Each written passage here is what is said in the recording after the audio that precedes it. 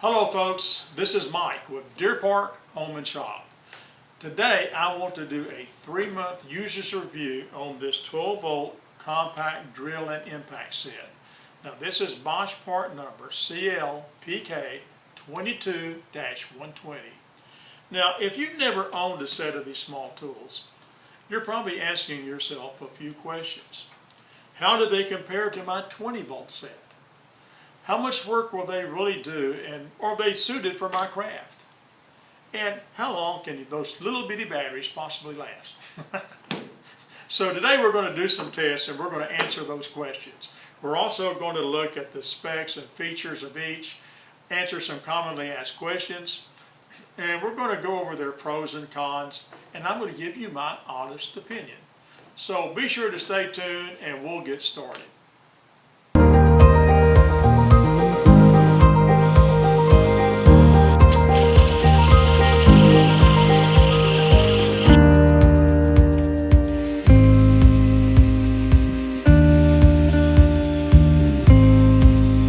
First, let's see what you get with the set. Now we're going to do a staged unboxing here. Obviously I've had it 3 months, so I've had it out of this case. So it's a soft case, this is cloth, and it's zipper closure of course, and this is how everything looks in the case. Now my advice, when you first buy this, take a picture of this so you can get it back in there again. And it's very tight. You may want to buy you a shoehorn to help. I don't know. But this is very tight. It's hard to get everything in here. Now what you get is a 12 volt impact driver, PS41. You get a 12 volt drill driver. Oops. You also get a battery for each. You get a Phillips and slotted bit. Then you get your charger. Now let's look at the key features of these power tools. Now first is their shear size. These are very small. Look at this compared to a standard 18 volt drill. 7 inches here from stem to stern. The impact driver is positively petite. It's only 5.5 inches from stem to stern. And the handles are very comfortable. They're rubberized and they're great for even my big hands. They come with an LED light, of course, like all drills do. But when you pull the trigger slightly, the light comes on and the chuck doesn't turn. Now this is great for working in cabinets where it's dark and you need to match your bit up to a screw head, for instance. You can't do that with the chuck turning. Now the drill, after you let go of the trigger, will stay lit for 5 or 6 seconds. You can almost use this as a flashlight. There are 3 LED lights here on the side, green lights, and they monitor the charge for the battery. Of course, the more lights, the more charge. This one has 2 lights, about half charged. When the lights just flash, then it's time to recharge the battery. Now, whenever I buy a new drill, I always check to make sure the chuck runs true. And these were no exception. I chucked up a 12-inch drill bit, and as you can see, it's running true, no wobble. Likewise, I put a 6-inch hex bit in the impact driver, and it also runs true. The drill has a 3/8 inch 3-jaw chuck, and of course it will hold a 3/8 inch bit, as you can see here. The problem I've had in the past with drills is not the big bits, it's the little small bits that they have trouble holding on to. And that's no problem for this drill, as you can see. This is a 1/16 inch bit, which is the smallest thing I have, and it holds it very securely. Now the impact uses 1/4 inch hex bits with this indent on the end. That locks it into the chuck. And one test here is to make sure they slip in and out of the chuck smoothly. They shouldn't bind up. If you have these problems, you should talk to your seller. Now the batteries are 12 volt of course, but they're also 2.0 amp hour batteries. Now this is an improvement from the old 1.5 amp hour batteries on Bosch equipment a couple of years ago. And if you have older Bosch power tools that use the 10.8 volt kit battery, they will work in this set. They'll even charge on the charger. The charger will recharge your battery in 60 to 90 minutes. It's 120 volt only though. And I'd read where it would mount on the wall, but there's no hanger slot here, so I don't know how you would do it. So now let's move ahead and do our performance tests, and we'll see how these babies perform. Now during these tests, I basically structured them to compare their capabilities to those of an 18 or 20 volt tool. I don't think it's realistic to expect them to outperform a larger and more powerful tool. Next, I wanted to see how long the battery charge would last. To do so, I started drilling number 8 by 2.5 inch wood screws. Now we're actually drilling straight into the wood here. Normally I would always recommend you using a pilot hole because it puts less strain on the drill and it eliminates wood splitting. But I was able to drill 168 screws before failure. And you can see how the drill just quits when you come to the end of the battery charge. To test the impact driver, I recharged the same battery and I used the same screws. And remember now that because of the extra strength of the impact driver, the hammer function, the torque, extra torque, it's probably not going to drive as many screws. And that certainly turned out to be the case. I was able to drill 62.5 screws.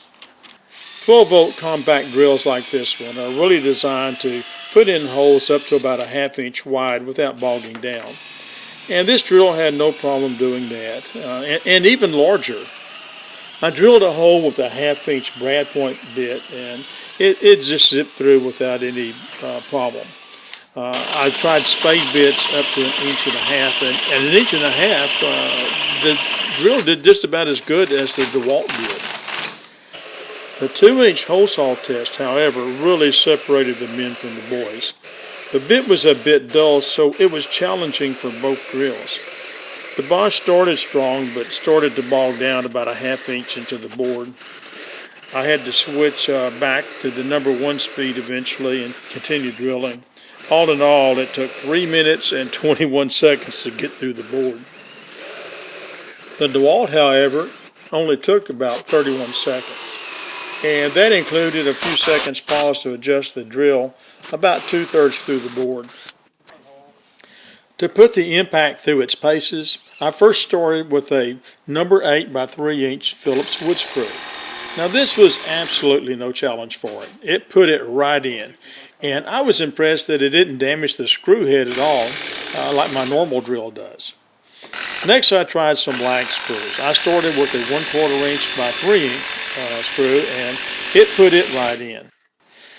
When I tried a 3/8 inch by 2.5 inch lag screw, I really wasn't sure that it would be able to do it, but I was wrong. I tried this with a DeWalt and it only took 10 seconds. But because of its higher chuck speed, it really zipped through the first 5 or 6 seconds. But then it really struggled as the screw head neared the surface. So finally I drove a 5/16 inch by 4 inch screw. And because of the extra length and I guess the extra friction when it was going in, it just seemed to struggle more. But then I tried to do the same thing with the DeWalt drill.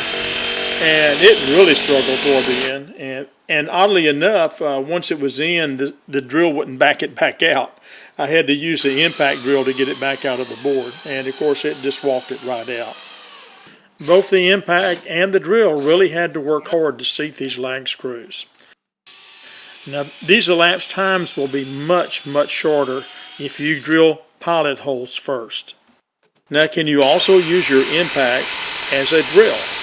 And yes, you can, but you probably shouldn't. You might try it in a pinch. To illustrate, I'm drilling with a 1/4 inch twist bit. And it actually is putting the hole in, but you know, the drill driver did it much faster. I also tried a 1/2 inch spade bit, and the impact's relying on its hammer action here, but it's still much slower than using a regular drill. So my take is, if you've got one, use your regular drill.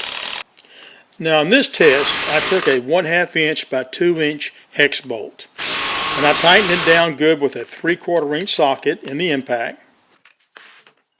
And then I used my 1/2 inch drive ratchet wrench and used as much leverage as I could and tightened it down just till I couldn't tighten anymore. Now watch this. Impressive or what? After watching these tests, I think you can see that day in and day out, these little tools are going to do most everything you need to do with a drill or an impact. I myself use them about 90 to 95% of the time. The only thing they don't do well is big holes, big bolts, and big nuts. And of course, when I need to do that, I just go get a bigger tool.